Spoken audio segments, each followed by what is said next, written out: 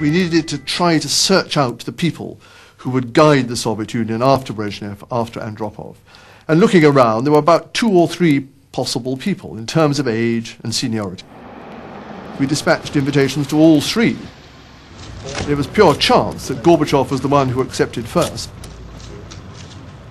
When Gorbachev came to the United Kingdom, he indeed brought his wife, and that was one of the first signs that we were dealing with someone quite different. Soviet leaders very, very rarely travelled with their wives anywhere. Where were you down there? I'm cautiously optimistic. I like Mr. Gorbachev. We can do business together. We both believe in our own political systems. He firmly believes in his, I firmly believe in mine. We're never going to change one another. We better hang on from that. March 1985. Konstantin Chernenko was dead. At his funeral, world leaders paid their respects to Mikhail Gorbachev and weighed up the new, younger man in charge of the Soviet Union. George Bush was there as vice president. He was head of our delegation. When we walked out of that meeting, I said to George, I said, this is a very different Soviet leader than any we've seen before. Russians too noticed the difference. Gorbachev was greeted with great enthusiasm. Everyone cheered in our institute. We were all pleased that such an energetic and educated person had become the new Secretary General of our Communist Party. We expected a miracle. We thought he was the Messiah who would come to introduce change. The state of the Soviet Union and its society could be described very simply with a phrase used by people across the country. We can't go on living like this any longer. That applied to everything. The economy was stagnating, there were shortages, and the quality of goods was very poor. Gorbachev took over a superpower sick with social breakdown, corruption in the Communist Party, and alcoholism.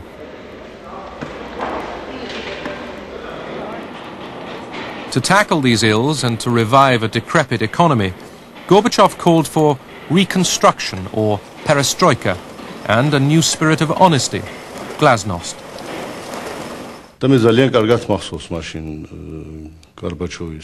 I remember very clearly what Gorbachev said at that time. He said, there are 2 roads we can take. We can either tighten our belts very, very tightly and reduce consumption, which the people will no longer tolerate. Or we can try to diffuse international tension and overcome the disagreement between East and West, and so free up the gigantic sums that are spent on armaments in the Soviet Union.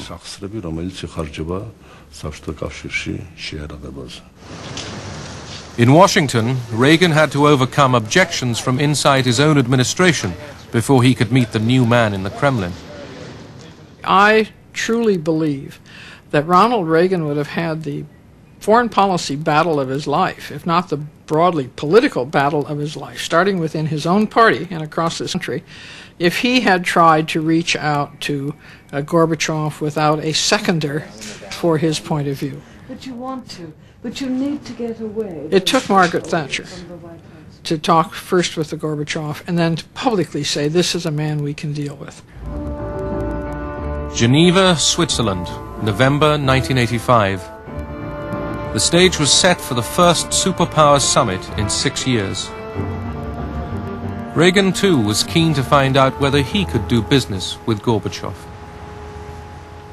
I felt always that President Reagan was exactly the kind of man that Russians, under normal circumstances, would have really liked. The kind of American that they would really like. First of all, he was kind of an icon, you know, he's a cowboy. And they loved that.